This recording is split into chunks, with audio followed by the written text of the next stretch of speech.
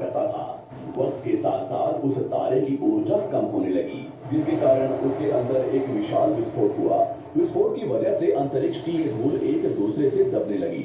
इस दौरान बादलों में स्थित धूल के कण दबाव और गर्मी के कारण बड़े उल्कापिंड और पत्थरों में परिवर्तित हो चुके थे, और इसी दबाव की वजह से इन बादलों में स्थित रेडियो एक्टिव पदार्थ ने ग्रेविटी का निर्माण किया।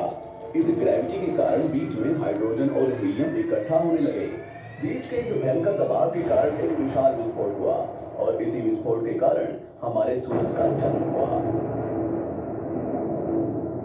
अंतरिक्ष में फैले एस्ट्रॉयड यानी क्षुद्र ग्रहों में भारी वजन की वजह से सूरज के करीब आकर सूरज की परिक्रमा करने लगे।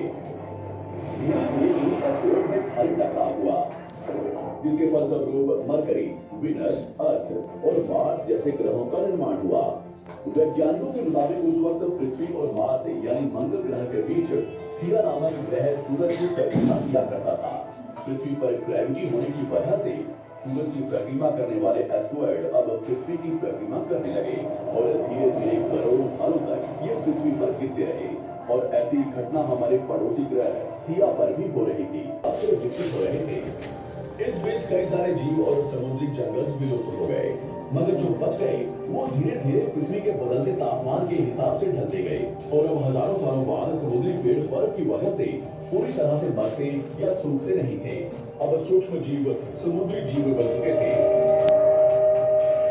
जब फिर से ज्वालामुखियों ने पृथ्वी की बर्फ को पिघलाना शुरू किया, तब ये समुद्री पेड़ जल्दी विकसित होकर फैल गए।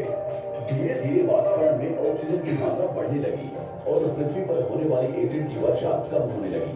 वातावरण में ऑक्सीजन आने की वजह से पृथ्वी की ओजोन लेयर से बाहर निकल रहे थे, और जमीनी जानवरों में परिवर्तित हो रहे थे।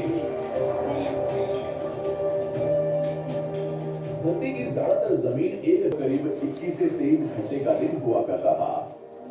अब समुद्री जीव पानी से बाहर रहने लगे थे, और वातावरण के हिसाब से उनके शरीर का रंग रूप बदल रहा था। धीरे धीरे ये जमीनी जानवर डायनासोर्स में परिवर्तित हो गए। जिन डायनासोर्स ने पेड़ पौधे